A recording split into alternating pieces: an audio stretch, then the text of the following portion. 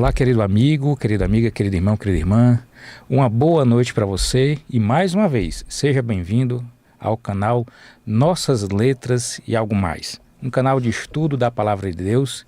E aqui nós estamos reunidos para o estudo da lição da Escola Sabatina, a lição do primeiro trimestre de 2025, que tem o tema O Amor e a Justiça de Deus. E hoje nós vamos estudar a lição número 10, que tem o tema Regras de Engajamento. Mais uma vez eu estou aqui com pessoas amigas, irmãs, queridas na fé, Ruth Alencar, Kelly Carvalho. Tudo bem, Ruth? Tudo bem, Kelly? Amém, tudo bem. Ruth, boa noite. Boa noite, né? Boa noite a você, ou boa tarde, ou bom dia, eu não sei exatamente que momento você estará vendo. Com grande alegria que a gente mais uma vez aborda esse estudo, né? Nós estamos fazendo um estudo que envolve a questão do grande conflito, então é um tema muito complexo e fez com que o trimestre todo circulasse em torno desse assunto. Mas a partir da próxima semana eu acho que a gente vai entrar num tema mais light, né? Mas vai dar tudo certo, que tudo seja para a honra e glória de Deus. E a Kelly agora faz parte do time, né? Está aqui conosco, né? E é um prazer, Kelly, ter você aqui. Eu que agradeço, viu? A confiança, né? E olá, irmãos que estão assistindo. Eu espero que realmente tudo que for falado aqui, né, o Espírito Santo toque na mente, no coração de cada um. Estamos aqui juntos, né, para refletir. Eu fico muito feliz com esse convite, essa oportunidade aqui de refletirmos juntos. Ok. Kelly, para a gente dar início, você poderia fazer uma oração? Sim. Pai querido, Pai amado, envia, Pai, o Teu Santo Espírito, se faz presente aqui conosco, Pai, durante este estudo. Abre a nossa mente, Pai, o nosso coração, para que possamos compreender, Pai, as Tuas verdades. Hoje temos aqui mais um tema especial, Pai, e sabemos que estamos nesse grande conflito, mas nos ajuda, Pai, a abrir os nossos olhos para a verdade e aumenta a nossa fé também. Usa cada pessoa que está aqui, que não seja pessoas falando, mas que seja o Espírito Santo através de nós. É o que te pedimos e te agradecemos em nome de Jesus. Amém. Amém. Nosso tema, regras de engajamento. É por curiosidade, né? Porque assim, eu fui verificar qual era o significado da palavra engajamento. Aí eu vou simplificar, né? Porque a gente não pode... Nosso objetivo aqui é simplificar. Então, engajamento. Participação ativa em assuntos e circunstâncias. Isso é o conceito de engajamento quando a gente vê no dicionário, né? Sim. A gente vai ver aqui como é que a gente vai desenrolar dentro da lição, né? O que seriam essas regras de engajamento dentro do tema do conflito cósmico, né? Que, na verdade, se nós observarmos a lição 7, a lição 8, a 9 e a 10, elas todas foram bem interligadas dentro de um contexto, né, dessa questão do conflito. E o verso que a lição apresenta como verso para memorizar, está lá em 1 João 3, 8, né, que diz assim: aquele que pratica o pecado procede do diabo, porque o diabo vive pecando desde o princípio. Para isso se manifestou o Filho de Deus, para destruir as obras do diabo. Mas eu gostaria de fazer uma leitura antes de preceder um pouquinho desse verso 8, né? Que eu acho que é interessante.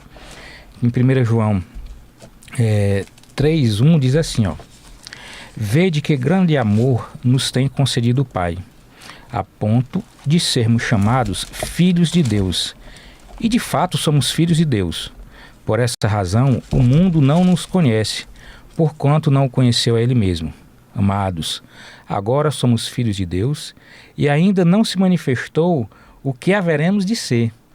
Sabemos que, quando Ele se manifestar, seremos semelhantes a Ele, porque haveremos de vê-lo como Ele é. E a si mesmo se purifica todo o que nele tem esta esperança, assim como Ele é puro.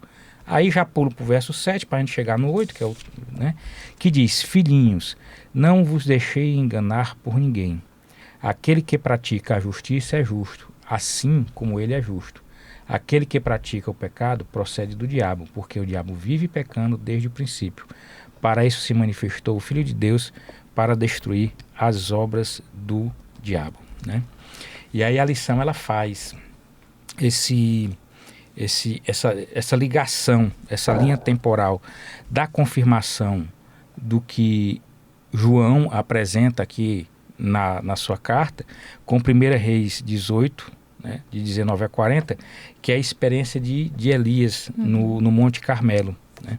E ele diz assim, quando ele fala da experiência de Elias, a lição diz assim, ó, por trás dos deuses que as nações pensavam que adoravam, havia algo mais profundo. E mais à frente diz, por trás dos falsos deuses das nações existiam, na verdade, demônios disfarçados. Portanto, que todos os textos bíblicos que se referem à idolatria e aos deuses estrangeiros tratam do conflito cósmico, né? E aí a lição aí falando sobre a questão da oração, a questão aí falando, vai para Apocalipse, vai dar um exemplo de Jó, fala da temporariedade do príncipe desse mundo, fala de limites e regras, né?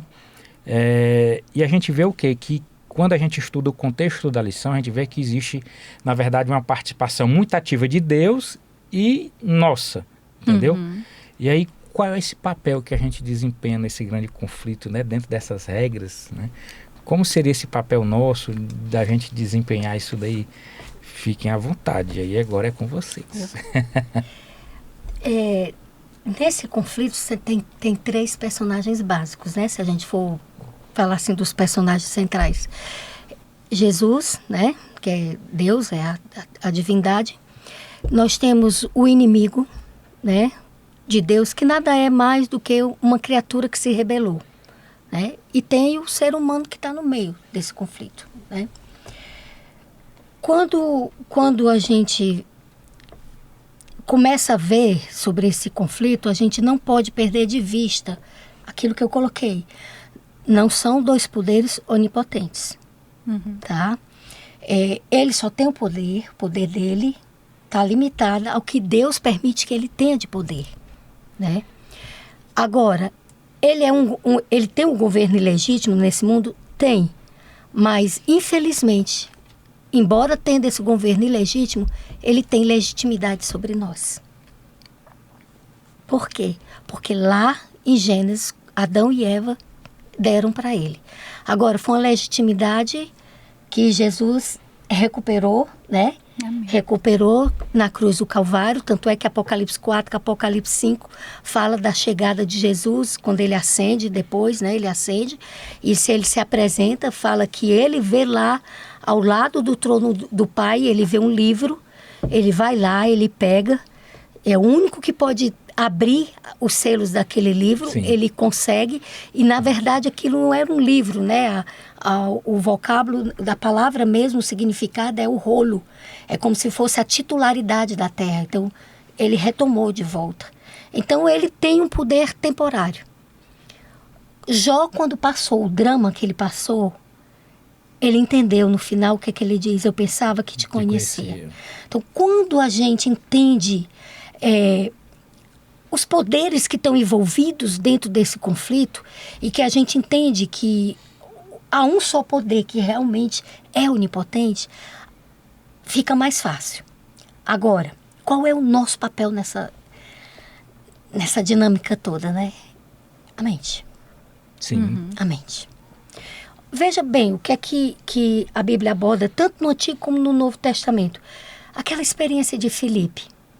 Ele chega para Filipe, Deus chega para Filipe e diz assim, se prepare que você vai se encontrar com alguém. E ele leva Filipe para lá. Quem era esse alguém? Era um etíope, um alto funcionário da rainha Cambises, eu acho, né? E que simplesmente estava estudando os rolos de Isaías, estava perguntando a Deus, pedindo a Deus, queria entendimento daquilo ali. Deus vai lá na cidade onde está Filipe, pega Filipe e leva lá para a estrada onde está o eunuco e dá explicação. Vou já dizer para vocês onde eu estou querendo chegar com isso daí. Olha, é um Deus que, apesar de ser o grande criador de tudo, de bilhões e bilhões de estrelas, ele sabe, Wesley, quem é você. Ele sabe onde você mora, ele sabe tuas dificuldades, tuas necessidades, as tuas fraquezas, as tuas forças. Ele sabe, porque ele é um Deus pessoal. Lembra da construção do santuário? Ele chega para Moisés e diz, eu quero que você chame fulano de tal e fulano de tal, que são excelentes artesãos. Ele é filho de não sei de quem, diz lá o nome. E ele diz assim, Com detalhe, eu vou né? dar dom para que eles trabalhem a arte dentro do santuário.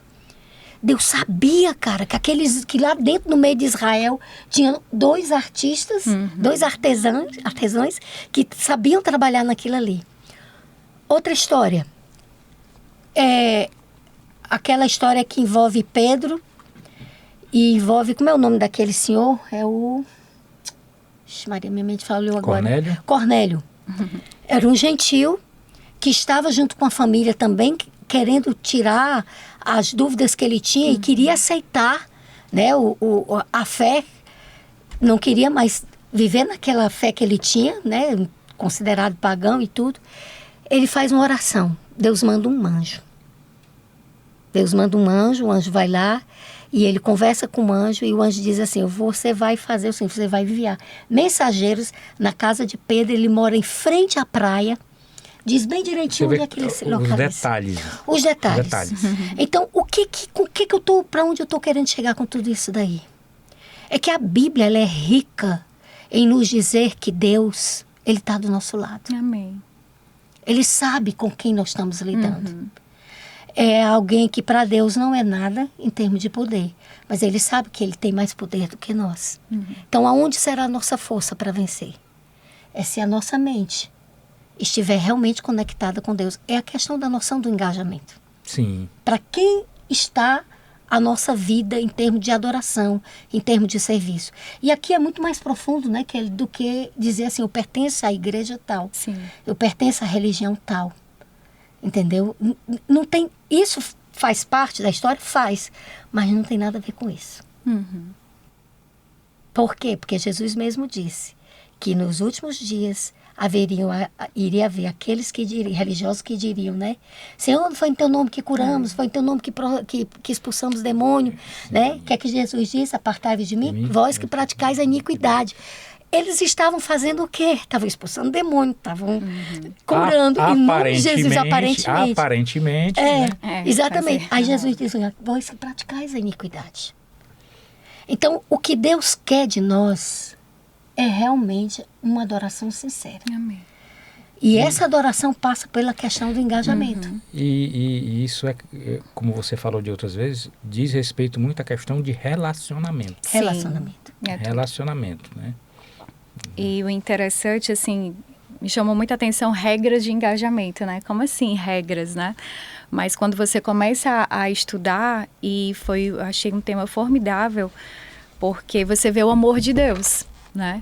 Então, assim, Deus, ele poderia ter destruído Lúcifer lá na Batalha do Céu, né? Mas aí ele tem um amor tão grande que ele fez o quê? Não, eu vou dar limites, vou dar regras, vou ceder um poder. Claro que ele não é onipotente, mas ele vai ter poder para ele revelar quem ele é. Ou seja, então é muito amor, porque ele poderia ter destruído ali naquele momento, mas ao mesmo tempo não. Ele, como é um governo de amor, então ele deixou para que tudo isso aconteça, né? Então muitas vezes a gente não entende o sofrimento, já foi abordado aqui, né? Isso. E a gente vê que tudo isso faz parte, né? E a gente vai lá para Romanos 8:18, né? Então, assim, chamou muita atenção a questão dele, de Satanás. Ele tem esse poder, mas é um poder limitado. Amém por isso, né? Ele coloca limites aí nesse poder. Lembra daquele episódio de Pedro? Que Jesus chega para os discípulos e diz assim, Satanás me pediu permissão para chacoalhar vocês. Né? Pediu permissão. Ele tem que ter a permissão de Deus para fazer o que ele faz. Infelizmente, para que o mal revelasse a própria face dela, Deus teve que deixar Lúcifer fazer o que ele queria fazer com a humanidade. Porque, na verdade, quais são as obras que Jesus... porque aqui o verso que você leu diz assim, ele se manifestou o Filho de Deus para destruir as obras do diabo. E a Bíblia diz quais são as obras do diabo. Destruir, matar e roubar. Não são boas coisas. Então, o pessoal romantiza muito, né, na ânsia de rejeitar o cristianismo. está caindo no grande erro de romantizar a figura de Lúcifer, entendeu? Ele não ama ninguém. Ele não quer o bem de ninguém. Não, as obras Ele por não si quer. só já... Ele não quer. É nele que Quer se destruir, encontram né? Ele realmente, ele é o grande responsável. Aí você imagine Deus. Uma terça parte de miríades e miríades de anjos acredita na proposta de Lúcifer. Deus não podia ignorar essa quantidade de anjos, de criaturas. Deus não podia simplesmente atender a jogada de Satanás de querer assim, se ele me destruir, eu vou ter provado que ele é um tirano. Isso. Sim. Que a gente não tem realmente a liberdade para escolher adorá-lo, né?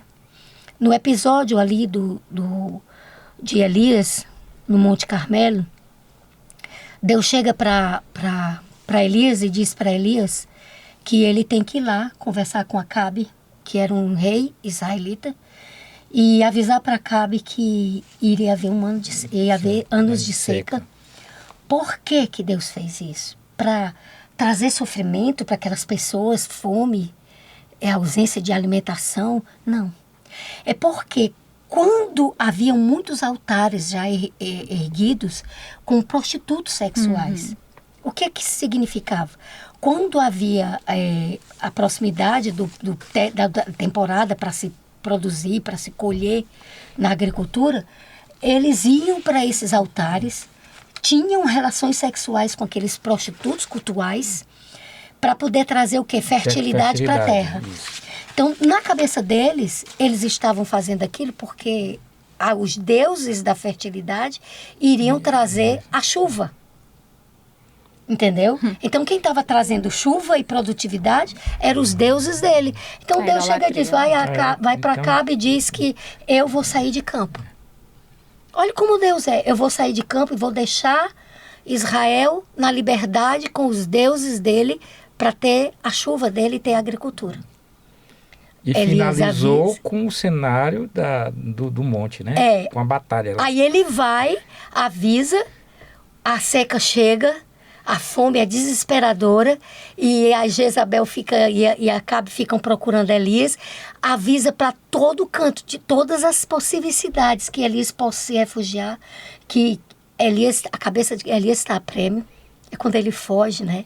E tem aquela depressão dele, Deus cuida, alimenta e tudo. Aí Deus chega e diz assim, agora volta. Vai lá. E diz para ele que eu vou mandar chuva. A chuva vai vir porque eu vou mandar. Agora manda, reúne os sacerdotes deles. Aí ele chama lá os 400 sacerdotes de Baal e ficam lá. E a Bíblia tem as suas ironias, né? A Bíblia não é só... Ela tem suas ironias. Aí a Elias fica lá gritando, né? Vai, gritem para Baal, ele está dormindo, para que ele mande chuva, né? A grande lição disso era o quê? Aprendam, sou eu, a chuva vem de mim. Voltem-se para mim. Longe de mim não tem realmente vida. O que existe é morte, é sequidão, é fome, é miséria. Ruth, e aí a gente vê que o diabo ele sempre está por trás da idolatria, né? Isso. E muitas vezes a gente pensa que idolatria é só questão de imagens, mas não é. É tudo aquilo que a gente coloca acima de Deus, né? Então, se você não coloca Deus em primeiro lugar, aquilo dali já passou a ser um ídolo, né? E quem está por detrás disso? O diabo, a gente viu aí bem Lá bem claro. No tempo de Israel, o grande Deus que se fez, né? Para eles foi o próprio templo. Eles adoravam mais o templo do que o próprio Messias que chegou e eles não enxergaram. Isso quer dizer o quê para mim? Que a gente precisa ter cuidado até com a própria religiosidade. Isso. Para não deixar a religiosidade... Ela se sobrepor. Exatamente. Porque, olha, Satanás, ele sabe o que faz. E o que foi que ele fez? Ele foi lá, sacudiu Pedro, como Jesus advertiu para eles. Muitas vezes mexe dentro do contexto religioso, até mesmo com o orgulho. Né? Então, é muito... A vaidade, né? A vaidade. É muito forte isso, porque é uma coisa Presunção. que a gente tem que, na verdade, se policiar. Porque dentro da nossa natureza mesmo, humana, quando a gente consegue, às vezes, galgar uma posição diferenciada, a gente passa inicialmente a falsa pretensão de que aquilo eu conquistei, né? Uhum. De fato, sem esforço humano, a gente não conquista nada, entendeu? Mas também o esforço humano sem a mão de Deus, ele é totalmente Isso. sem sentido algum, né? Se Deus não desejar ou se Deus não quiser, a gente vai ver isso daqui.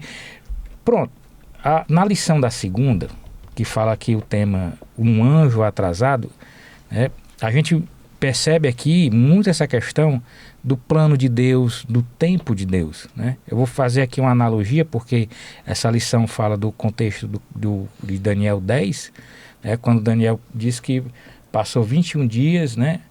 3 semanas, durante 3 semanas, ele angustiado, ele orava, ele queria entender o que era aquela visão que tinha chegado até ele.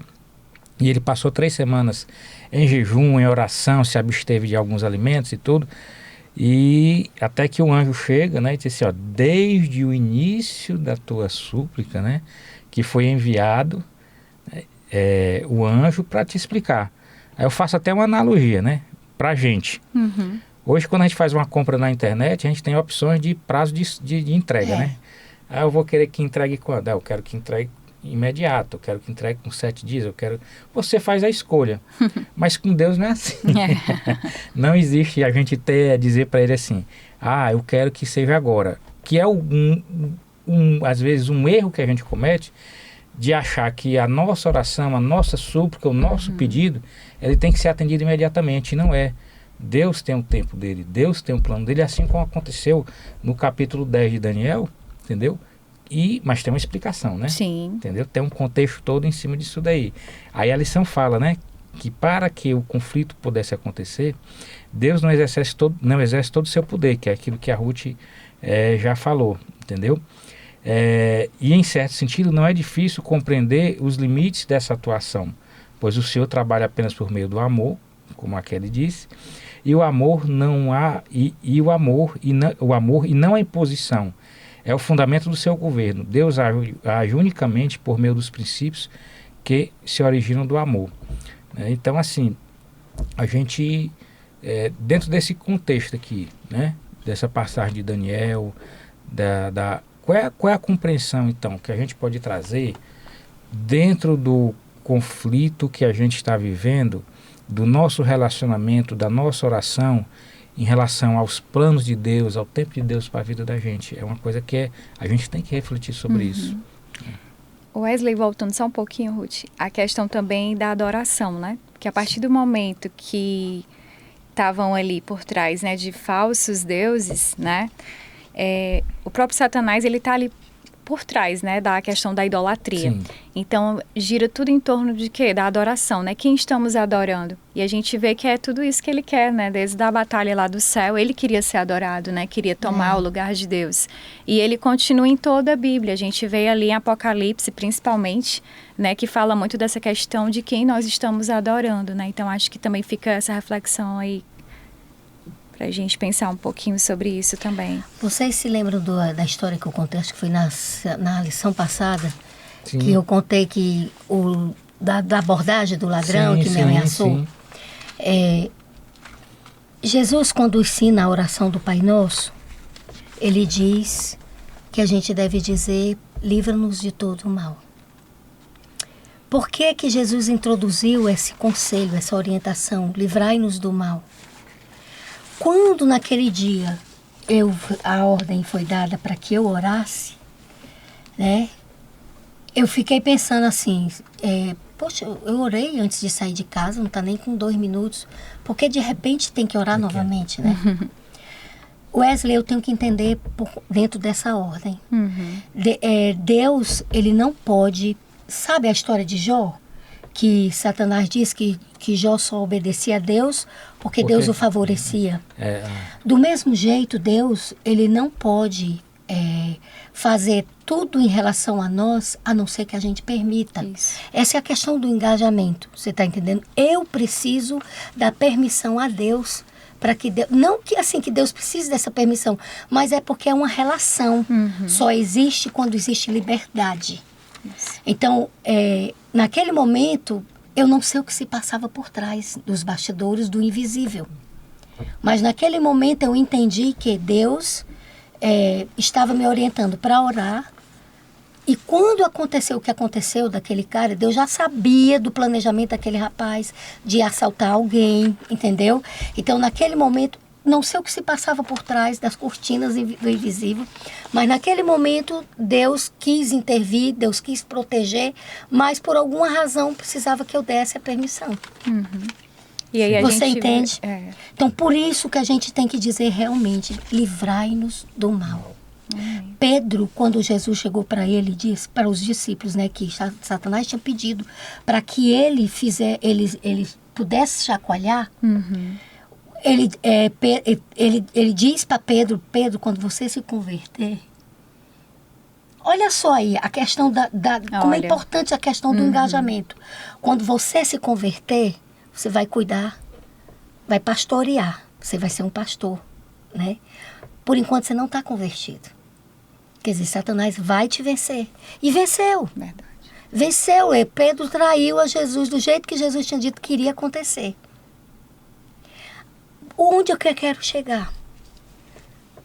Pedro, quando se converteu, aquele Pedro covarde, que traiu Jesus, que disse que não conhecia ele ali naquele momento ali, que estava aquecendo a mão, disse que não conhecia, não sei nem quem são eles, Saiu né? da prisão. Pedro foi... Cara, Pedro, depois que se converteu, a vida dele pouco importou. Entendeu? Pedro foi crucificado de cabeça para baixo, porque disse que não era digno de ser morto como o mestre foi, como Jesus foi morto. O que acontece dessa mudança de atitude? É o relacionamento, é o engajamento. Entendeu? É preciso haver engajamento. Deus precisa que a gente esteja engajado com Ele. Por quê? Porque a simples omissão, ou o simples fato de você não se comprometer, porque o engajamento é isso, é se comprometer, compromisso. O fato de você não se comprometer com Ele, você já está comprometido com a outra força. Verdade. Não existe em cima do muro, na questão do bem e do mal, não existe em cima do muro. Ou você é por Deus, ou você realmente... Quem está em cima do muro não está. Não está. Então, aí diz assim, é ilusão achar que quem está se comprometendo com o outro lado, achar que está vencendo, que está tendo força, é ilusão. Por quê? Porque um dia Deus vai vir tomar de conta disso aqui. Amém. Isso aqui é criação dele, pertence a ele, esse mundo pertence a ele. Eu pertenço a ele, você pertence a ele. Qualquer ser humano, do velho ao novinho, recém-nascido, pertence a Deus, porque o sopro de vida que há nele pertence ao Criador. Por isso a importância da consagração. Ele é um usurpador. Ele rouba as vidas das pessoas, se faz de líder delas, mas no final vai ser só destruição. Então é um engano. E onde é que está a verdade, meio de Jesus? Porque aqui não é uma questão de dizer assim, religião tal, aqui não tem a ver com denominação, com placa de igreja. Aqui tem a ver com a palavra. O que a gente está discutindo aqui é a palavra, uma palavra que conta que tem um conflito aqui entre duas personalidades, dois seres reais, Deus e Satanás, e que são opostos, são duas forças antagônicas, mas não iguais. E por uma questão de bom senso eu tenho que escolher o quê? O que é mais poderoso? O que tem vida eterna. Porque o outro lado não tem vida eterna, ele está com os dias dele contado. Amém. Então é um governo que Deus está autorizando, Deus está permitindo que exista, mas é um governo com tempo limitado, com tempo descontado. Tem tempo. Essa liberdade relativa que ele tem. E aí por isso que você falou da permissão, né? Ele tem essa liberdade, mas eu tenho que permitir para ele poder atuar, né? Aí entra a tua pergunta. Qual é o nosso papel nisso aí? A gente tem que definir quem é que realmente controla a nossa vida. Porque nós temos os nossos desejos. Não é só Satanás que decide por mim quando eu faço uma coisa errada, não. Sim. Sabe aquele corinho que diz assim, o sabão lava o meu corpinho, né?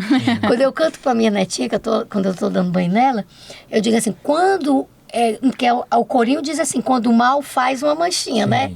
Eu digo sempre pra ela assim, quando eu faço uma manchinha, eu sei muito bem quem pode me limpar, né?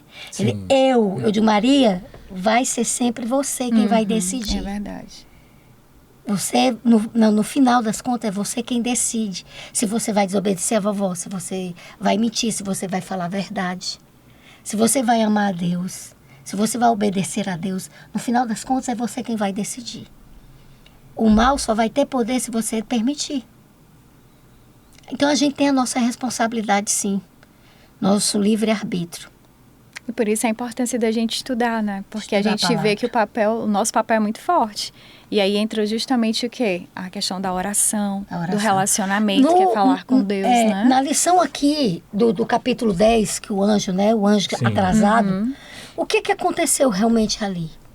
Né? Daniel, ele estava estudando as profecias de Jeremias com relação à questão das 70 semanas. E ele então fica tentando entender onde é que estava o povo ali, em que momento da história estava o povo ali, né?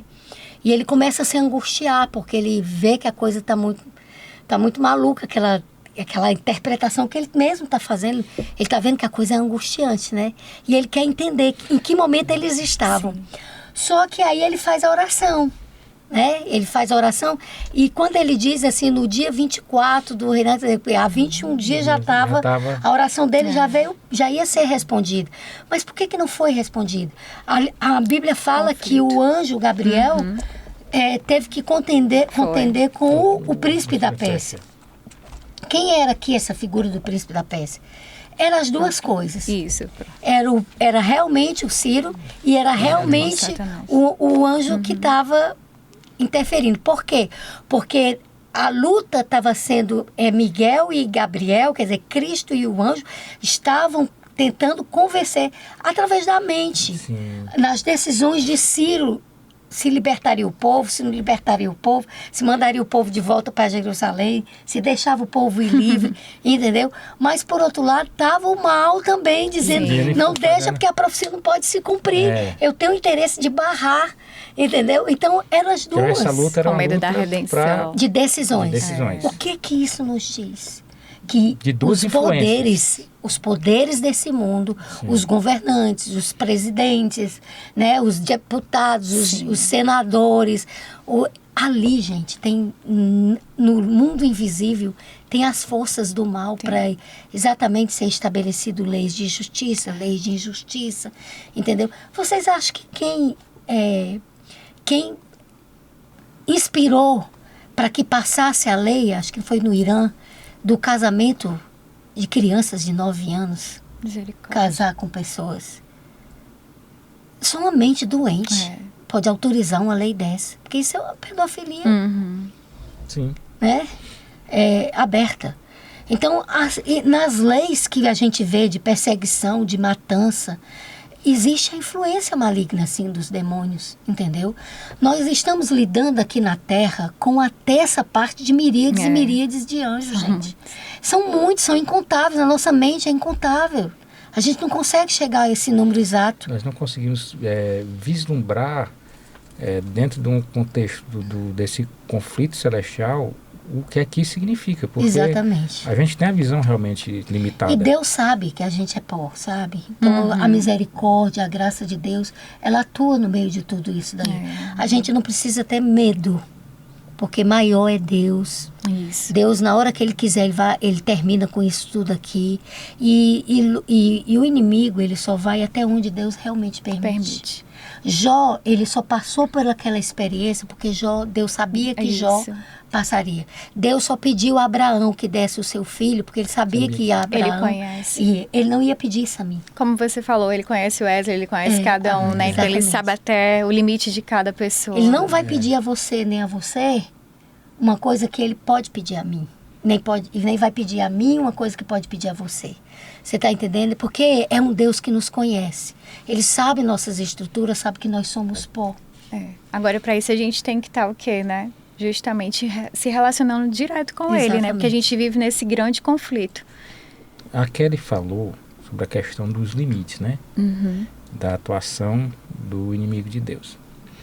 Dentro dessas regras, a lição fala... Na segunda-feira, né, ela faz aquela referência a Apocalipse 12, né, e tem o tema do dragão do Apocalipse, né, Em Apocalipse 12 ele fala da atuação desses poderes no conflito, mas já no capítulo 13 ele já vai falar o quê? Sobre os limites da atuação do inimigo. Então, se você faz a leitura de Apocalipse 12, né, vê quem está envolvido nesse conflito, mas no 13 ele já vai logo dizendo, só, espera aí, mas tem um limitezinho aqui, né?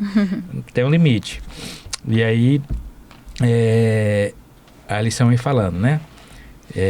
Que, no entanto, também existe, já quase no finalzinho, o terceiro parágrafo antes, no entanto, também existem limites claros para Satanás e seus agentes, incluindo limites de tempo. Aí ele faz a referência a Apocalipse 12, 12. Ai da terra e do mar, pois o diabo desceu até você, cheio de fúria, sabendo o quê? Que pouco tempo lhe resta.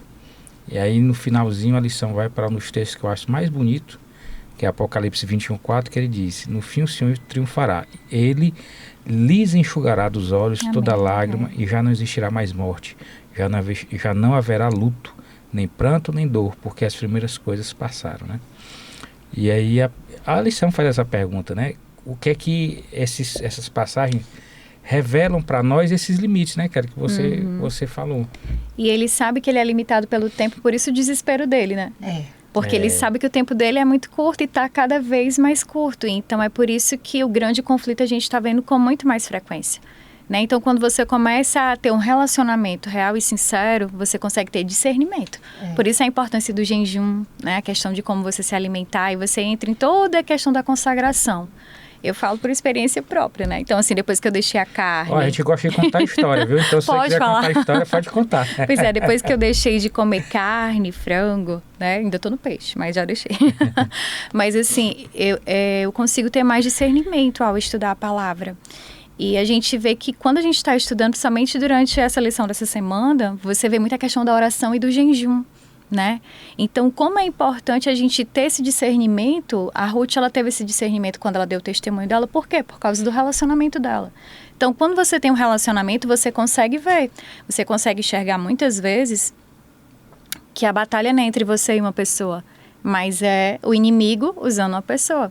Até porque quando a gente estuda aqui na lição do Apocalipse 13, a gente vê o quê? Que o diabo, ele conferiu poder e autoridade, né? Para quem? Aí foi o que a Ruth falou. Reinos, entidades e pessoas. Por isso que a gente vê atuando em políticos, né? Em leis que estão sendo feitas justamente em relação a esse conflito que a gente estamos no meio. Então, quando a gente estuda a palavra, a gente vê a necessidade de estar mais perto de Deus.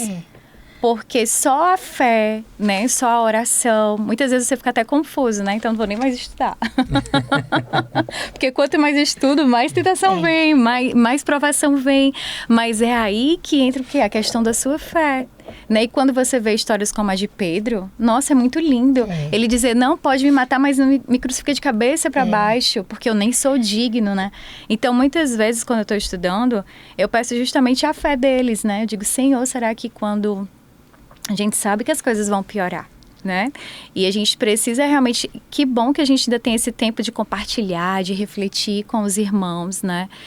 Porque vai ter um tempo que, infelizmente, isso aqui não vai ter mais. Então, vai ser justamente o que? As nossas decisões, né? E a nossa decisão tem que ser hoje. O que eu estou decidindo hoje? Eu estou realmente estudando a palavra? Eu estou tendo vontade de estar em comunhão com o Senhor através da oração? Né? O que é a minha prioridade? Essa é a batalha da mente, né? O que eu estou priorizando? E aí, só para complementar o que a Kelly falou, em Tiago 1, de 2 a 4, diz assim: meus irmãos, tende por motivo de toda alegria o passardes por várias provações, sabendo que a provação da vossa fé, uma vez confirmada, produz o quê? Perseverança. Amém. Ora, a perseverança deve ter ação completa, para que sejais perfeitos e íntegros, em nada deficientes. Então, é perseverança, né? Diante de tudo que a gente, desse conflito todo que a gente vive, né? Acaba que a nossa fé é um pouco testada, mas para quê? Para que a gente tenha essa perseverança. Isso. Mas eu vou dizer uma coisa para vocês.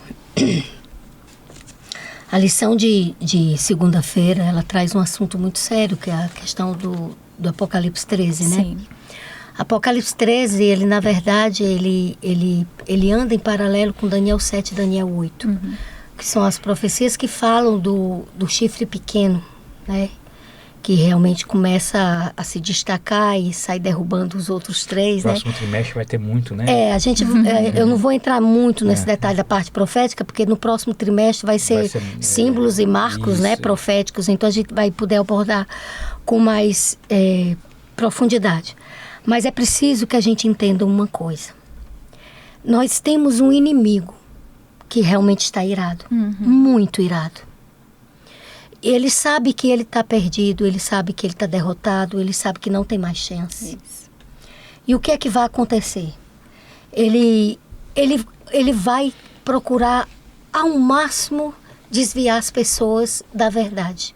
Não importa para onde essas pessoas vão, contanto que não estejam andando com a luz e o conhecimento de Deus. Então, a Bíblia mesmo nos adverte de muitas coisas, que nós vamos, no tempo que vai se aproximar da volta de Jesus, muitas coisas duras vão acontecer. A Bíblia nos adverte sobre isso e é preciso que a humanidade esteja atenta sobre isso. Por quê? Porque nós estamos lidando com um inimigo que a intenção dele realmente é destruir, é matar, é fazer mal. Então, ele não vai querer. Ele não tem bondade nele. Então, tudo que ele puder fazer para tirar a pessoa dos caminhos da justiça e dos caminhos do Senhor, da verdade, ele vai fazer. Mas o que é que Deus nos promete? Deus nos promete um poder como nunca houve na terra derramado esse poder de Deus. Nem mesmo os apóstolos e os discípulos receberam esse poder. Esse poder nos será concedido, que é o poder do Espírito Santo. Então, antes, o que está acontecendo hoje no céu, que é uma doutrina muito bonita que a Bíblia apresenta, que é o sacerdócio de Jesus lá no santuário celestial. Quando Jesus tiver terminado a obra dele lá, ele vai dizer, está consumado. E quando ele sair, que der a ordem, não haverá mais tempo para conversão. É o que a Bíblia chama de tempo da graça. Esse tempo terminará. Então, as pessoas terão tomado suas posições. Quem é de Deus, será selado com esse poder que Deus vai dar. E quem tiver optado por não querer saber nada de Deus, vai estar à mercê de si mesmo. Não tem poder para protegê-lo de nada. Então, a mente deles vai ser totalmente dominada pelo mal. O povo de Deus vai passar por um momento difícil. Porque vai estar convivendo com pessoas que estarão com suas mentes totalmente dominadas pelo mal. A gente hoje já tem noção sobre isso. Quando a gente vê na televisão um filho estuprando uma mãe, crianças sendo violentadas, pai matando filho, filho matando pai. Romanos 1 diz que seria assim a geração dos últimos dias. Então a gente vai lidar com um mundo completamente destituído do amor, mas ao mesmo tempo um mundo envolto por um poder dito religioso. Olha a confusão que vai estar. Que é disso que está tratando aqui a lição de segunda-feira, o dragão do Apocalipse. Isso. Ele juntamente, que a Bíblia não tem essa nomenclatura, esse conceito, mas ela traz de 3 forças que se unirão. Aí ela usa a simbologia, a besta que sai da terra, a besta que sai do mar, que eles estarão junto com o dragão, mas na verdade fazendo aquilo que Lúcifer vai estar manipulando para eles fazerem. E vai ser um poder político religioso. É um poder que vai estar curando, que vai estar fazendo de conta que está ressuscitando pessoas. Você está entendendo? Você já imaginou? De repente apareceu um Moisés dando mensagens, trazendo mensagens, vocês têm que obedecer à autoridade tal, porque essa autoridade está constituída por Deus, entendeu? Fico imaginando a pessoa que, por exemplo, perdeu uma mãe, um pai, e aí você diz assim, exatamente. A minha mãe e meu pai estão ali falando comigo, né? Então nós vamos ter 3 poderes fortemente atuando. sobre a manipulação dele, do anjo mau. E quem é que vai estar aparecendo? São pessoas, autoridades religiosas, que a Bíblia chama de cordeiros vestidos de lobo. Como é que a gente vai entender quem são essas pessoas? Só se a gente tiver realmente domínio disso aqui, ó, da palavra.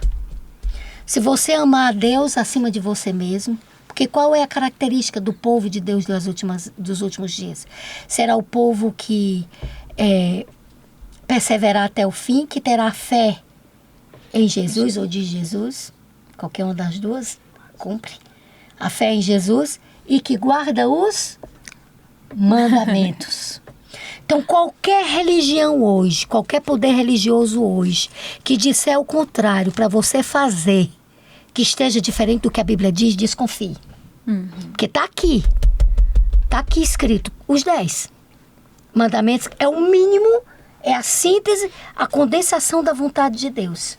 Amar a Deus acima de todas as coisas e ao próximo como a ti mesmo. Aí se você vai lá nos 10 mandamentos, os 4 primeiros é como você ama a Deus.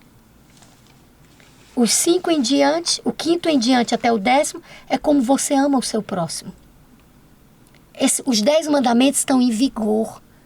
Eles estão sim em vigor. Foi homens que disseram que não eram mais os 10 mandamentos que estavam valendo. Então, há muito tempo o homem já vem cedendo a sua mente para o cântico de Satanás, para a vontade de Lúcifer. Homens, religiões fortes, poderosas, religiões que tem pessoas que adoram a Deus, porque não é o fato, nós somos adventistas, mas não quer dizer que todo adventista vai para a eternidade, não. Você está entendendo? Não é porque do outro lado ainda estão desobedecendo a Deus que essas pessoas não estão com o livro delas registrado no livro da vida. Aqui não está falando de denominação, nós estamos falando de obediência à vontade de Deus ou à vontade dos homens.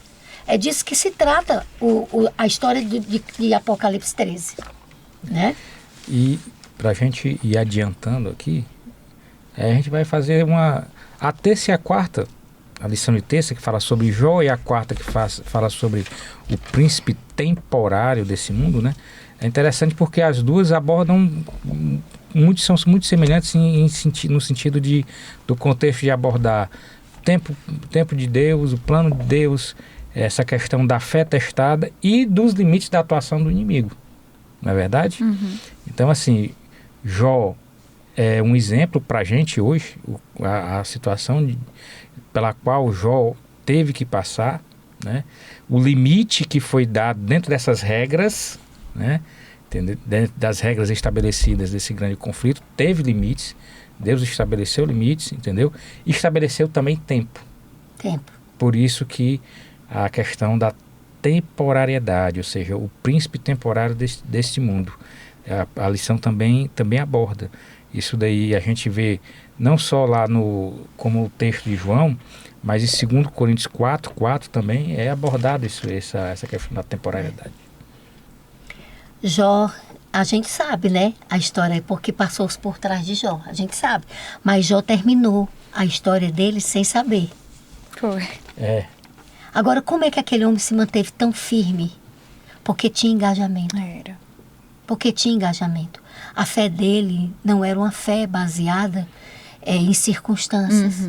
Ele realmente amava Deus, ele sabia que Deus era amor, ele sabia que Deus era misericordioso e que era autoridade na vida dele. Tanto é que na ignorância, né, na limitação do conhecimento dele, ele disse assim, eu vim nu e vou voltar nu. Deus me deu, Deus tirou. Quando a esposa manda ele, amaldiçoa Jó e morre logo, aí ele diz, você é louca, né? Como é que eu posso fazer isso? É uma fé dessa que a gente tem que buscar, sabe? Uma fé que vai além das circunstâncias, é uma fé que obedece a Deus, não pelo aquilo que Ele pode nos dar ou pode tirar de nós, mas por quem Ele é.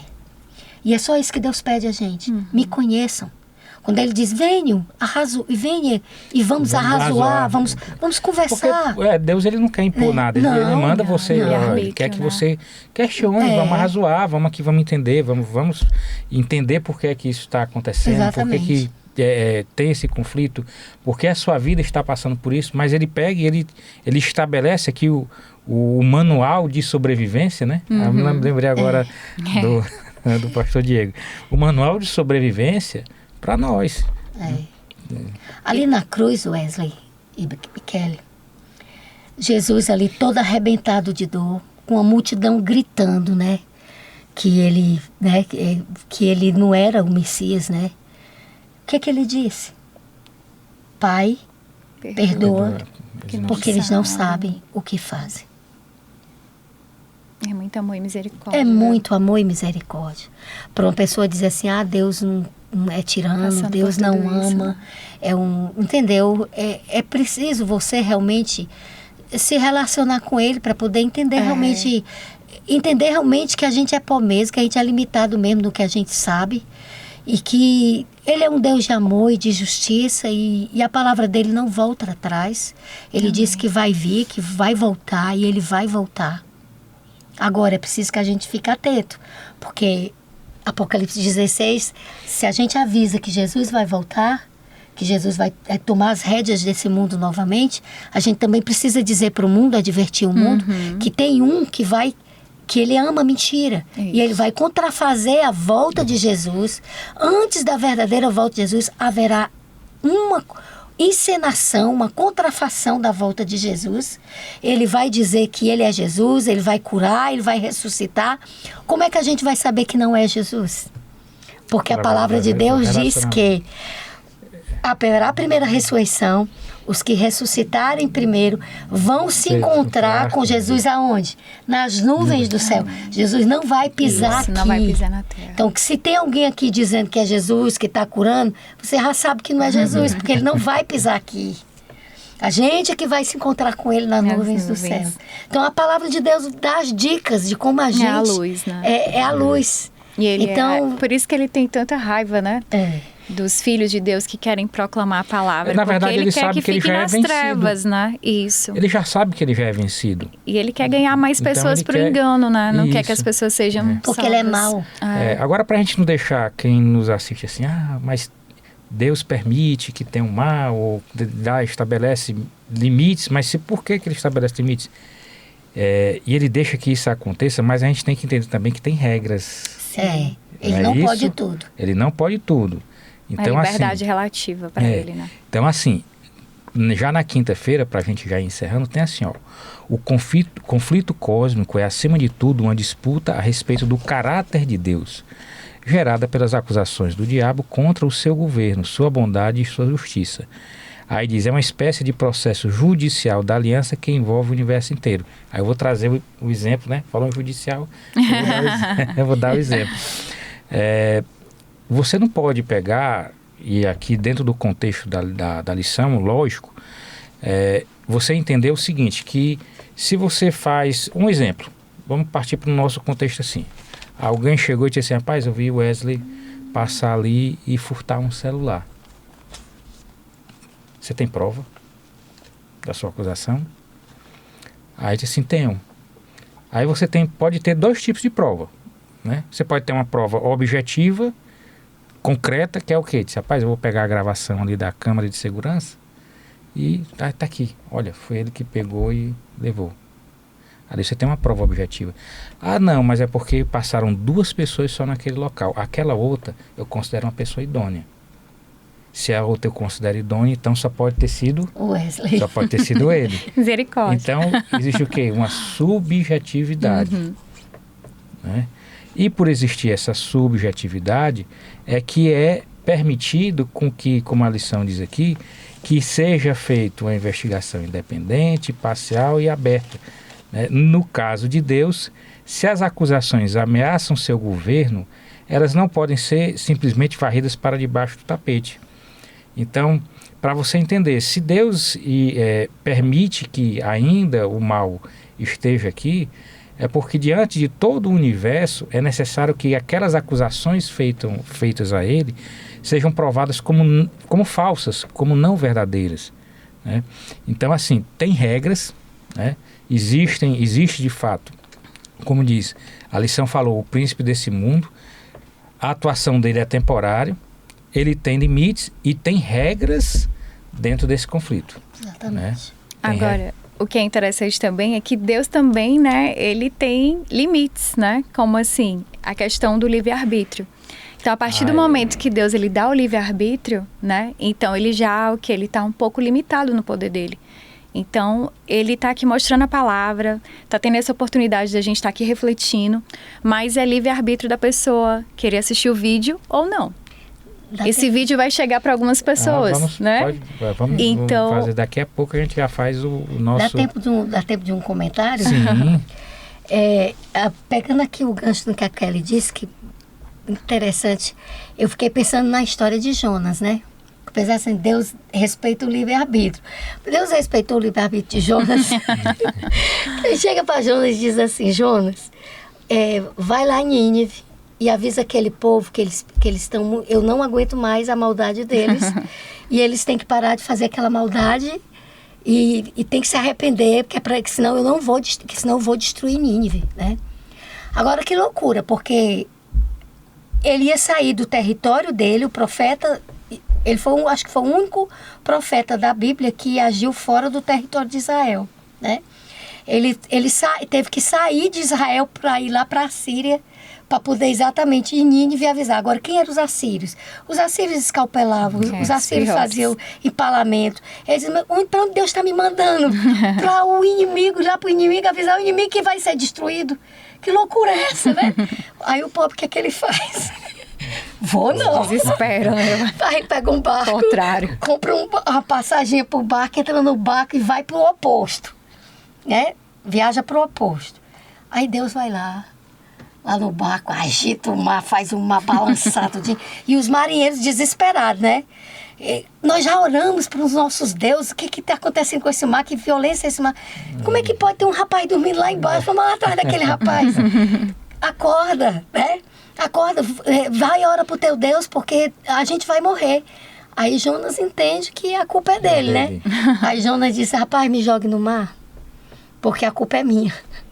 E os marinheiros, bem, se Deus está bravo com ele, porque ele fez isso... É melhor jogar.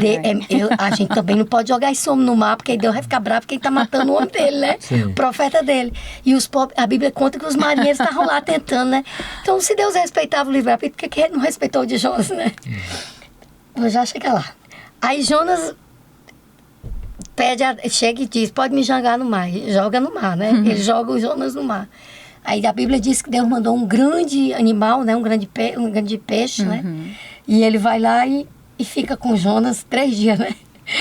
Lá e Jonas... Quando é que a baleia não, o peixe, né? Vai lá, se bem que a baleia jubarte, né? Tem uma baleia aí que é grande, que é a bicha imensa que come o homem sim, né? Mas a Bíblia não fala em baleia, fala um grande peixe, né? Vai lá e regurgita Jonas exatamente perto de Nínive, onde ele deveria ir dar a mensagem, né? Só que a Bíblia conta o quê? O que aconteceu dentro da barriga? Jonas se arrepende, né? Eu não devia ter feito isso, porque o Senhor é a autoridade. Eu sou teu profeta, eu devia ter ido falar. Eu me acovardei, né? Mas por que é que Jonas fez isso de verdade? Porque sabia que Deus ia ser misericordioso, que se aquele povo se arrependesse, Deus não ia destruir. E Jonas, no coração dele, queria que Deus destruísse. Então, a grande verdade é que Deus estava trabalhando ali, além do livre-arbítrio, Deus estava trabalhando até com a própria compreensão de Jonas acerca da graça e da misericórdia dele. Então, ali Deus trabalhou com os marinheiros, que eles se converteram, trabalhou com Jonas, ainda trabalhou com uma nação inteira, do rei ao que eles se converteram, eles se arrependeram e eles não foram destruídos. Só foram destruídos lá na frente, muitos anos depois, porque eles voltaram a se comportar mal. Aí realmente Nínive foi destruída, né? Mas a gente sabe da história de Jonas, que ficou esperando a destruição, né? Esperando que o povo não se convertesse, né? Aí Deus começa a trabalhar agora com Jonas, não é mais com Nínive. Isso. Bota uma plantinha para crescer durante a noite, durante o dia. Aí quando é a noite ele faz a plantinha morrer. Aí ele se zanga por causa do sol, né? Aí diz, você tá com pena de uma planta que está destruindo, que está queimando você do sol, e você acha que eu não ia ter misericórdia de crianças, de pessoas que mamam, de bebês que mamam no peito, eu não ia ter misericórdia? Você entende como é que são as coisas de Deus? São desse jeito. E a gente vê que todo o poder e a ação de Deus é para salvar, diferente do inimigo. Exatamente. Que é para destruir, né? Então Deus respeita sim a livre-arbítrio. Agora, entenda, dentro do grande conflito, aqui para finalizar minha fala, como é que Deus trabalha ao mesmo tempo o livre-arbítrio de bilhões e bilhões de seres? Ao mesmo tempo. Numa guerra, está havendo uma guerra, um conflito. Aí tem um soldado cristão e outro soldado cristão do outro lado. Um pede, Senhor, me poupe, não deixe que aquele me mate. Aí o outro vai e pede, Senhor, me poupe, também não deixe que aquele me mate. Todos os dois estão pedindo a Deus a intervenção de Deus. Deus está tendo que respeitar o livre-arbítrio dos dois. E isso se dá ao mesmo tempo, em bilhões e bilhões, entre bilhões de pessoas, no mundo, ao mesmo tempo. Então, eu tenho que... Não é uma questão de aposta com Deus.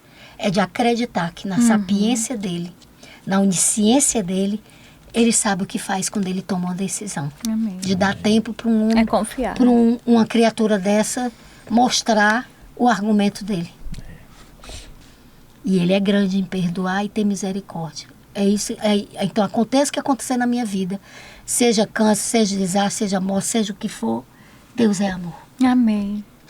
E a gente viu aí, né, com essa linda história, que Deus ele só pode agir em nossa vida se a gente permitir. Então, Deus, ele tem essa limitação do livre-arbítrio, mas a gente precisa decidir, né? E por isso que o grande conflito é justamente isso. Quem é que está ocupando a minha mente, né? Quem é que eu estou adorando? E por isso a importância, eu volto aqui a frisar, da gente estudar a palavra de Deus, né? Que é justamente a luz que ele deixou. Mas o inimigo, ele quer o quê? Como a Ruth falou, né? Ele quer destruir. E aí ele quer justamente o quê? Que a gente não tenha esses momentos de estudo, de levar a luz, né? De sermos luz para as pessoas através do Espírito Santo. Por quê? Porque ele quer realmente a morte. Verdade. Por isso eu faço um apelo a você, meu irmão, a minha irmã, meu amigo, minha amiga. Mesmo vivendo nesse mundo, você pode fazer a escolha de estar sobre a influência da luz. Por isso, escolha Jesus como o Senhor da sua vida. Amém. Amém? Amém. E aí vou agradecer aqui, Ruth, agradecer a Kelly, agradecer a você que vai ter o momento e a oportunidade de estar conosco, assistindo mais uma lição da Escola Sabatina. Com a graça e a paz de Deus, nós vamos aqui dar continuidade, firme e fortes. Amém. E pedir que a paz, a graça do Senhor, ele permaneça e esteja presente na vida de cada um de vocês. Amém. Amém. Kelly, você pode orar para a gente encerrar? Mas se quiser dar seu recado final, fique à vontade. Eu vou dar um recado, vou deixar para a Ruth orar, né, Ruth? Tá, que eu já orei no início, lembra? Mas assim, em relação à oração, né? Que a oração, e a gente vai já fazer outra oração, mas é justamente a permissão que a gente dá a Deus, né? Quando a gente está ali conversando com Deus. Então, que a gente tenha realmente uma vida de oração. E orar justamente, não é só aquele momento reservado, né? Mas é a sua mente estar ali sempre conectada com Deus. Então, meu desejo é para que a gente continue buscando o Espírito Santo, que só Ele para iluminar a nossa mente, né? E nos dar entendimento. E agradecer aqui esses irmãos queridos que me convidaram. Fico muito feliz. E que Deus continue abençoando este lindo projeto. Amém. Amém. E você vai ver outras vezes. Vamos orar? Vamos orar. Amado Senhor, muito obrigada, Pai querido, pela Tua bondade, por Tua misericórdia, por Tua justiça, Senhor, em nossas vidas. Pai querido, nós te pedimos que o Senhor derrame uma bênção especial, Senhor, sobre esse ambiente, sobre esse espaço, sobre as pessoas que trabalham nele. Que o Senhor abençoe, Senhor, esses rapazes que ficam conosco durante o programa, Senhor, que o Senhor lhes dê paz, lhes dê saúde e traga a Tua presença na vida deles. Pai amado, eu também te peço que o Senhor abençoe esse projeto, que ele possa alcançar pessoas, Senhor, que precisam conhecer essa verdade e que haja em nós a decisão, Senhor, de Te amar acima de todas as coisas, com toda a nossa força, com todo o nosso entendimento, Senhor. Dirige as nossas vidas, esconde a Tua palavra, Senhor, no nosso coração, na nossa mente, para que jamais nos desviemos dela. entregamos nossas vidas em Tuas mãos. Te pedimos essas bênçãos, não por mérito nosso, Senhor, mas em Teu santo nome que pedimos hoje e sempre. Amém, Jesus. Amém. Amém.